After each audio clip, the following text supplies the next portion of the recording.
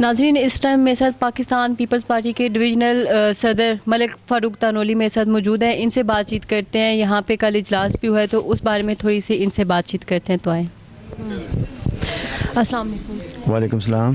اچھا سر، کل یہ جو NFC کا اجلاس ہوئے، پچھلے 3 سالوں سے یہ اجلاس نہیں ہوا، اب یہ ہوا ہے، تو اس کی کیا وجہ اور اس میں کیا کیا باتیں ہوئی ہیں وہ تھوڑا مطلب عوام کو آپ کلیئر کر دیں. بسم اللہ الرحمن الرحیم.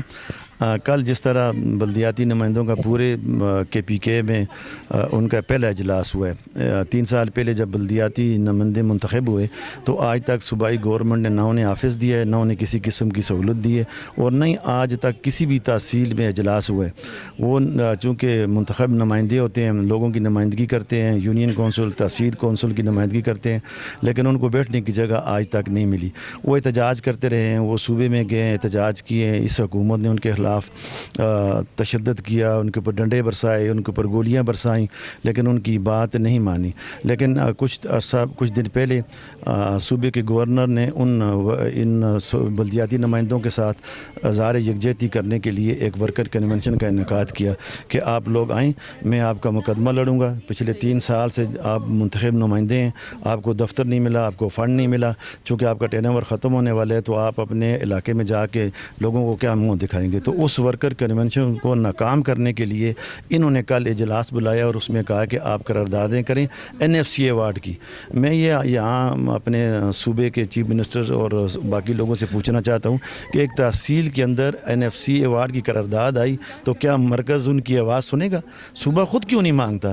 تو یہ میں سمجھتا ہوں کہ اپنے جو ہمارے بلدیاتی نمائندے ان کو ایک دفعہ پھر لولی پاپ دیا گیا ہے، اور NFC ایوارڈ کے اس پہ کر کے تحصیلوں کا اجلاس کروا کے آپ دیکھ لیں گے کہ یہ بیچارے منتخب نمائندے اگلے 1 سال تک اس طرح انتظار کر. مطلب آپ کو یہ لگتا ہے کہ یہ صرف اجلاس ہوا، اس پہ کام شم نہیں ہو سکتا؟ نہیں، یہ صرف ورکر کنونشن کو ناکام کرنے کی سازش تھی. اور کل گورنر کا ورکر کنونشن انتہائی کامیاب ہوا. اس میں بہت سارے تحصیلوں کے چیئرمین گئے، انہوں نے اپنے مسائل ان کے سامنے رکھے، اور گورنر KPK نے کہا کہ میں آپ کا وکیل ہوں، آپ کی ترجمانی کروں گا، آپ کو حقوق لے کے دوں گا. مطلب عوام کا کیا کہنا ہے، ان کے کیا مسائل ہیں وہ جو مطلب کہ اس میں کروانا چاہ رہے ہیں کہ ہمارے یہ مسائل، اور ان کی آواز مطلب نہیں اٹھ رہی، آواز ان کی کسی تک پہنچ ہی نہیں رہی؟ دیکھیں، یہ جو لوکل گورنمنٹ کا سسٹم ہوتا ہے، اصل سیاست کی یہ جسے ہم کیاریاں کہتے ہیں وہ ہوتی ہیں.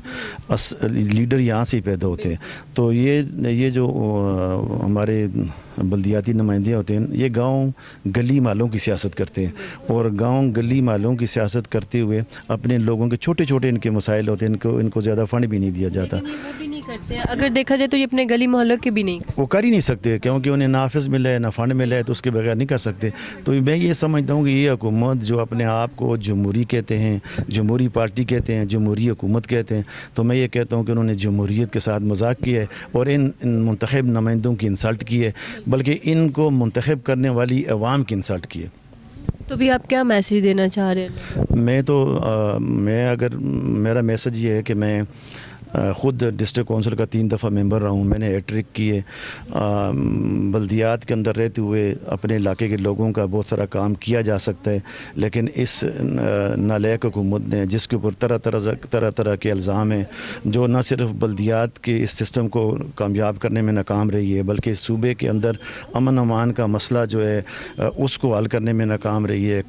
کسانوں کو ہمارے اوپر جو زرعی ٹیکس لگایا گیا ہوا ہے اس کا ہمارے اوپر ظلم کیا گیا ہے. جس طرح آپ پاڑا چنار کا مسئلہ آپ کے سامنے، کالی ڈی خان میں بہت سارے لوگ اغوا ہوئے ہیں، وہاں پہ پاکستان پیپل پارٹی کا ڈویژن صدر اغوا ہوا ہے، وہ مسئلہ بھی یہ حل نہیں کر سکے. یہ ناکام ترین حکومت ہے. اگر بلدیاتی نمائندے اب بھی اتحاد اور اتفاق کا مظاہرہ کرتے ہوئے ایک جگہ پہ اکٹھے ہو جائیں، گورنر کو اپنا وکیل بناتے ہیں، خود اپنے درمیان بیٹھ کے اتحاد اور اتفاق کر کے اس صوبائی گورنمنٹ سے اپنے لیے 2 سال کا ٹرن اوور میں اضافہ کرنے کا مطالبہ کریں، اور جتنے ان کے آج تک فنڈ نہیں دیں گے اس کا مطالبہ کریں، ورنہ وہ اپنے علاقے میں منہ دکھانے کے قابل نہیں ہوں گے. اور نہ صرف سیاست خراب ہوگی، بلکہ میں یہ سمجھتا ہوں کہ بنیادی چیز جو ہے ان لوگوں کے اوپر لوگوں کا اعتماد اٹھ جائے گا. سر، چھوٹے چھوٹے مسائل تو بہت سارے لوگوں کو، لیکن مین جو بڑے مسائل ہیں وہ کیا ہے یہاں کے؟